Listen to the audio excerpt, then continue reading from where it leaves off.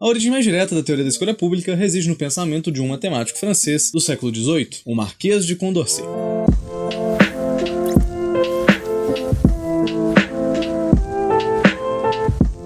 Em 1785, o Marquês de Condorcet identificou um enorme problema nos processos de decisão coletiva. Não existe uma ideia clara que supere todas as outras. Bom, o paradoxo de Condorcet é uma ideia de que a preferência do coletivo ela não é transitiva, ou seja, as preferências dos indivíduos elas são transitivas, no sentido de que se eu gosto mais de laranjas do que eu gosto de maçãs e gosto mais de maçãs do que eu gosto de uvas, eu preciso gostar mais de laranjas do que eu gosto de uvas. Isso é uma preferência transitiva. As preferências do coletivo não necessariamente elas são transitivas, porque elas são um somatório de preferências individuais.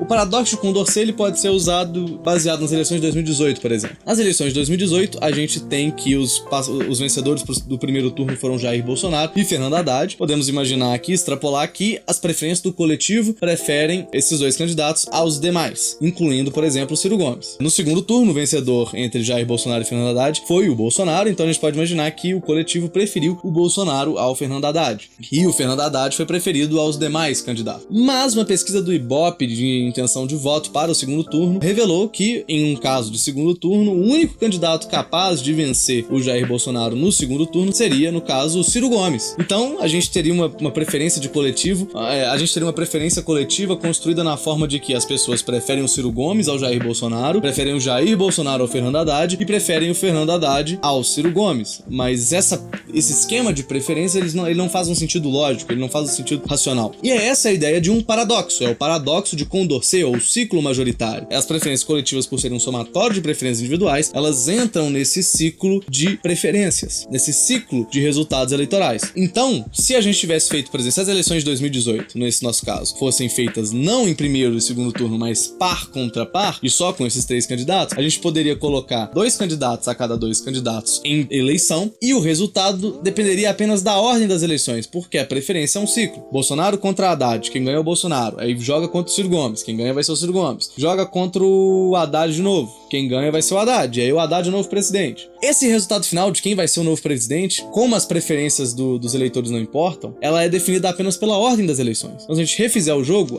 Ciro Gomes contra Haddad, quem ganha é o Haddad. Haddad contra o Bolsonaro, quem ganha é o Bolsonaro. E Bolsonaro contra o Ciro Gomes, quem ganha é o Ciro Gomes. Então, Ciro Gomes é o novo presidente. Ou Ciro Gomes contra Bolsonaro, quem ganha é o Ciro Gomes. Ciro Gomes contra Haddad, quem ganha é o Haddad. Haddad contra Bolsonaro, quem ganha é o Bolsonaro. Bolsonaro é o novo presidente. A ordem desse jogo é que vai definir o resultado final. Isso concede um poder imenso para aquilo que a gente chama de definidor da agenda, ou agenda setter, que vai ser a pessoa que define a ordem das eleições. Se a gente vive um paradoxo de Condorcet, se as eleições elas forem um paradoxo de Condorcet, o definidor da agenda, aquele que define a ordem dos turnos, a ordem das rodadas desse jogo, é ele que vai definir o resultado final. E ele pode manipular o resultado final ao bel prazer dele, dentro de um caso de paradoxo de Condorcet.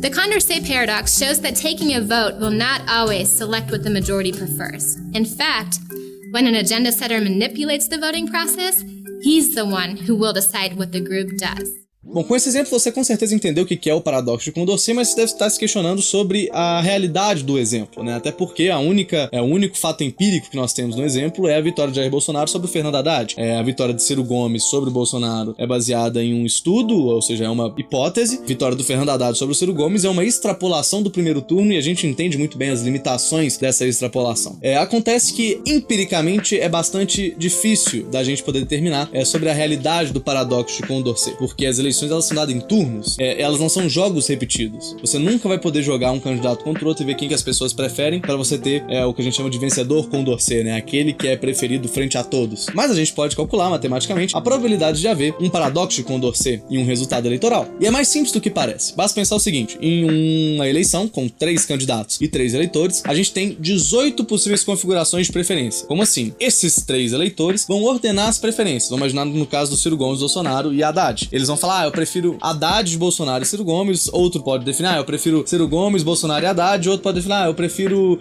o Bolsonaro, Ciro Gomes e Haddad. São formas de ranquear as preferências. Esses eleitores vão estar ranqueando as preferências pessoais dos candidatos. Com 3 eleitores e 3 candidatos, a gente tem 18 configurações possíveis dessas preferências que não se repetem. Tendo isso em vista, apenas uma dessas configurações, essas 18 configurações, é um paradoxo de Condorcet. Ou seja, a preferência dessas pessoas é ranqueada de uma forma que, caso essa eleição fosse dada dada em sequências, fossem várias eleições seguidas, as pessoas não conseguiriam decidir, né? Seria um ciclo infinito de preferências coletivas mutáveis. Frank de Meyer e o Charles Plot, eles publicaram em 1970 um estudo sobre a probabilidade de não acontecer um ciclo majoritário, ou seja, um paradoxo de Condorcet, em uma democracia. Então eles pegaram esse exemplo que eu acabei de dar e extrapolaram ele para um caso mais realístico, que seria com um número bem maior de eleitores e um número bem maior de alternativas. E utilizando da matemática e estatística, os resultados não foram muito animadores. Quanto mais eleitores e quanto mais opções em uma eleição, a probabilidade de acontecer um paradoxo de Condorcet, ela é de praticamente 100%. A teoria do ciclo majoritário, ou paradoxo de Condorcet, dá início a todo o pensamento da teoria da escolha pública, subjugando aquilo que seria chamado de interesse público e demonstrando que, caso o paradoxo aconteça, caso o ciclo majoritário seja um problema real, quem define o resultado final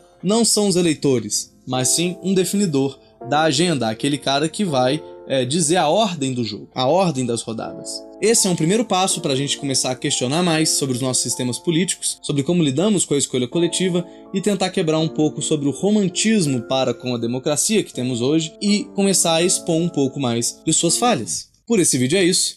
O tempo é um recurso escasso, então muito obrigado pelo seu. Até o próximo vídeo.